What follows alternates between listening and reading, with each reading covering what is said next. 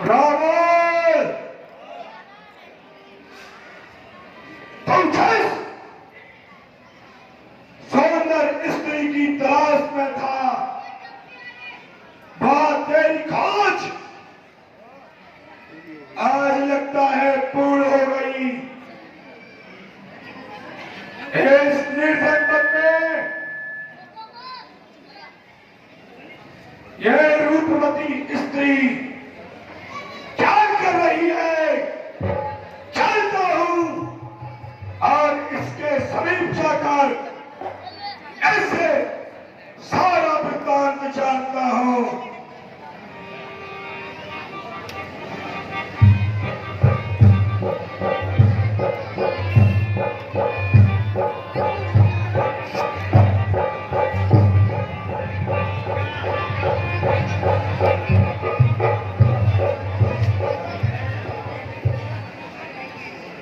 रावण पहले बैठ करके ऐसे रूप राज का पालन करता हूं, अब उसके पश्चात इसके आगे अपना प्रस्ताव रख दूंगा।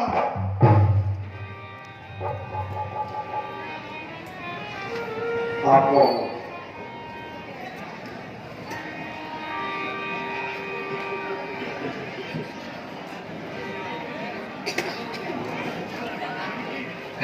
कमल नैनी इस निर्जन वन में अकेले किस कारण से यहां बैठी हुई हो? कमल कैसे नयन सुंदर रूप और सुंदर रूप को इन पत्तों से छुपा रखा है। यह तुम्हारी शोभा नहीं, अपने नेत्रों को खोलो और खोल करके देखो। मेरे जैसा भी तुम्हें पाना चाहता है।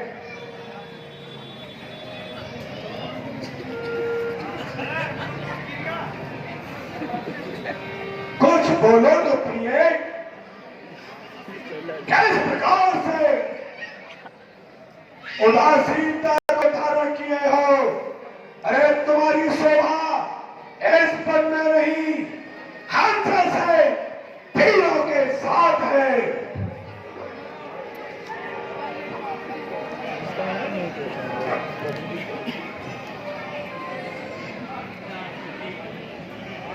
क्या कहा आपने?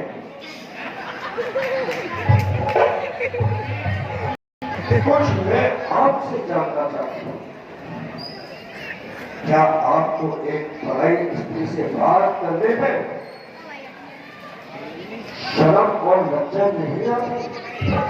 या आपकी भीतर सब होनी चाहिए आपको? हम वीरों के लिए कोई भी स्त्री पराई नहीं है, इसलिए मेरे प्रस्ताव को स्वीकार कर लो और मैं तुमसे जो आग्रह करता हूं उसे स्वीकार करो। मेरे साथ नाना प्रकार के भाव विलासों का आनंद लो। तुम जैसी सुंदर स्त्री इस निर्जन वन में इस बाबाजियों के से भेष में शोभा नहीं देती। यदि प्रेम से मान जाओगी तो सम्मान और सत्कार दोनों मिलेगा, और यदि मेरी बात नहीं मानी तो हम तुम्हें अपने साथ, समझ रही हो ना हम क्या कहना चाहते हैं? क्या ऑनलाइन चल रही है कि नहीं? आप मुझसे ये कहते हैं कि मुझे पाना चाहती हो? नहीं, सच है तो मुझे आप ये आकांक्षा ही गलत लगी। यदि कोई कन्या, कोई स्त्री यदि प्रभु के नाम का स्मरण करती है तो उसको व्यवधान में ही डालना चाहिए। अरे कौन प्रभु, कैसा प्रभु, कैसे कांप जाए ये आकाश, पृथ्वी मोर है और मैं हूँ जगत का नारायण। उससे भरकर कौन है स्त्री, कैसा भजन कर रही है? इस संसार का नारायण मैं हूँ, इस संसार का स्वामी मैं हूँ। मैं शब्द कहने वाला कभी बर्बाद नहीं होगा। पहले तो आप इस चीज को अपने हृदय में धारण कर लीजिए। जिसके हृदय में अहंकार और मैं शब्द होता है, अरे जरा और कहीं जाकर देखो मेरा क्या फर्क पड़ता है, मुझसे घटक हो कहना नहीं चाहिए उसे। भटक जरा अपने महलों से बाहर निकल के देखेंगे कि आपके महलों से एक कदम बाहर निकलते हुए ही आपके कितने बड़े बड़े बलवान बैठे हुए हैं। इस आकांक्षा को अपने हृदय में धारण कर लीजिए। और आपने कहा मैं आपको पाना चाहता हूं, क्या करेगा? इस चीज को आप कौन पुरुष ऐसा होगा जो तेरे समान सुंदर स्त्री को प्राप्त न करना चाहे? और मुझे यदि अब तू ज्यादा ज्ञान देगी निर्लज स्त्री, हाँ तो तू मेरे स्वभाव को भी जानती नहीं है। मुझे जानने की जरूरत भी नहीं है। स्त्री स्त्री क्या है? ध्यान रही आपको, लाभी तो केवल श्रद्धा हो, विश्वास बदल से पत्थर में अपनी नम्रता, स्वभाव और इज्जत देने के बाद में तो स्त्री आपके लिए प्राप्त हो सकती है। और यदि आपने कहा कि नारी तो केवल श्रद्धा हो, विश्वास गजब से पत्थर में स्रोत से बहा करो जीवन के सुंदर संकल में, जीवन रूपी सागर में यदि आप प्रवाहित करना चाहते हो स्त्री को, तो पहले उसकी मान मर्यादा और इज्जत को समझने की कोशिश करो। जैसे कि आप अपनी इज्जत किसी बुराई कन्या से चाहते हैं, ऐसी बुराई कन्या भी आपसे अपनी इज्जत को चाहना अधिक पसंद करेगी। इसलिए अपने घमंड को छोड़िए। मेरे पिता ने मेरा विवाह भगवान विष्णु के साथ में नियत किया था और मैंने उसी समय से इस चीज को अपने हृदय में धारण किया कि मैं यदि अपने पति रूप में स्वीकार करूंगी तो भगवान विष्णु के ही लिए करूंगी और किसी को नहीं। क्यों नहीं? अब क्या रखा है? अब छोड़ दिया इस जीवन का सब तुम्हारे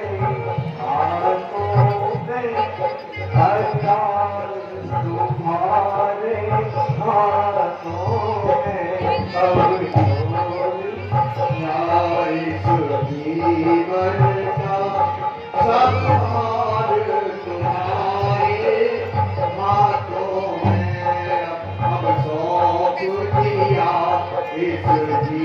जीवन का संविधान तुम्हारे हाथों है, आस तुम्हारे हाथों में, अरदास तुम्हारे हाथों में, अब छोड़ दिया इस जीवन का सब भार प्रभु के हाथों में, सब भार प्रभु के जीवन में।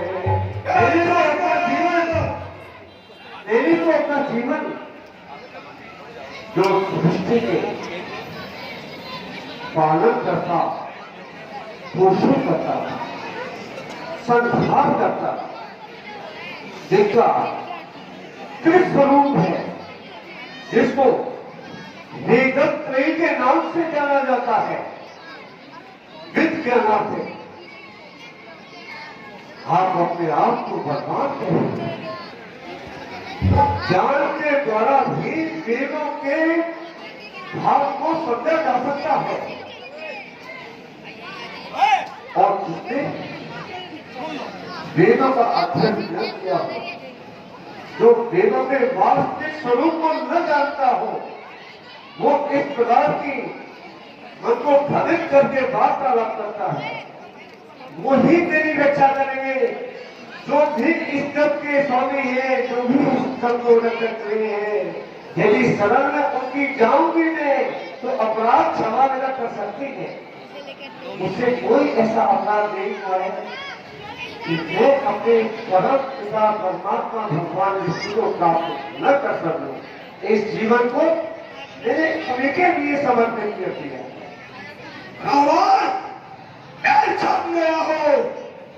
यह मूर्ख स्त्री मेरी बातों को नहीं समझ रही है।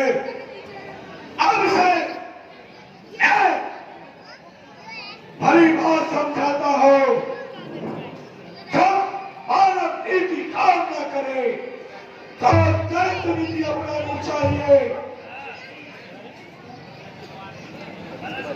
और मूर्ख स्त्री बहुत देर से ज्ञान दे रही है। अब अपना मेरे साथ विवाह करेगी कि नहीं?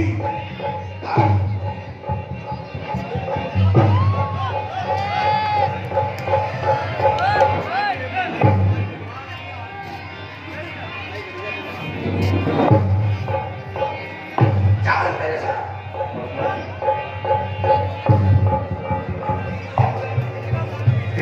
आपने मेरे साथ आपने मेरे शरीर को स्पर्श किया,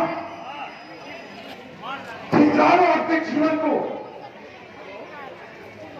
चारों को मैं आपको साथ देने में यही भस्म कर सकती हूं। किसी स्त्री को हाथ लगाना, उसका स्पर्श करना, क्या किया आपने? अपने आप को बलवंत कहते हो। ध्यान रखना, साथ नहीं दे रहे हो, साथ दे दोगे तो आप यहां से 3 कदम भी नहीं कर पाएंगे, यही भस्म हो जाएंगे। लेकिन आपको ये ध्यान रहना चाहिए, आपको स्मरण होना चाहिए। और इधर देखिए, मैं आपको अपने बच्चों के द्वारा ये बता रहे हूं कि मैं स्वयं आपने जो गलती किया, मुझको स्पर्श किया है, इसका परिणाम होना पड़ेगा। दूसरा जन्म लूंगी और ये जेल में ही तुम्हारी मृत्यु का मुख्य कारण बनेगी। मूर्ख स्त्री, और दूसरा क्या 10 भी जन्म ले लेगी, तब भी हमारा कुछ नहीं कर पाएगी। हम रावण है, रावण। राम और शब्द कहकर के अपने आप को कलंकित कर रहे हो। वीर पुरुष कभी भी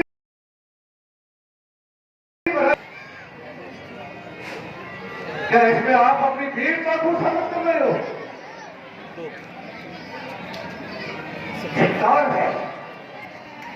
या तो मेरे जीवन को मुझे स्वयं को समाप्त हो जाना चाहिए, क्योंकि मैं आपसे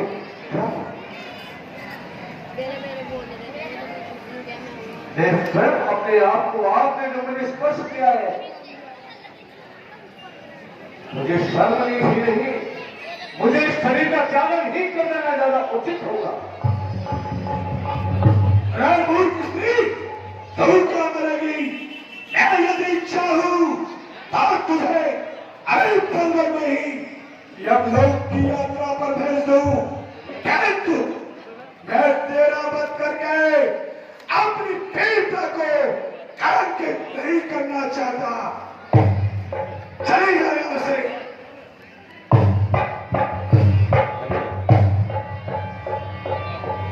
तेरी मन होगी रामा।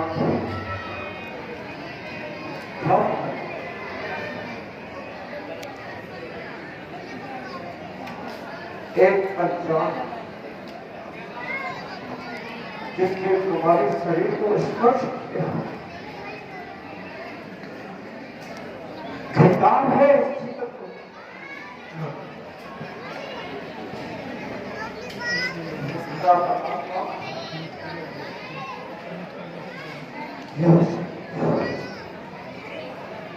मेरी इज्जत, इसकी लज्जा सिर्फ आप हाथ में। ये तो मैं पक्का कर रही हूं, मैं अवश्य भावी दूसरा जन्म दूंगी और इस स्पर्श करने वाले को जड़ मूल से नष्ट कर दूंगी। लेकिन इस समय देख कर लो दीनानाथ, मेरी आप मुझे इतनी शक्ति सामर्थ्य दो, मेरी रक्षा करो कि मैं इस शरीर को अपने से विलग कर आप मुझे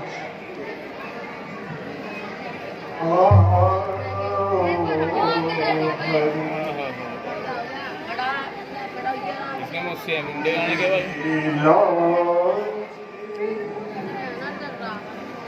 बचाओ मेरी नैया ले गैया नैया के पार ले गैया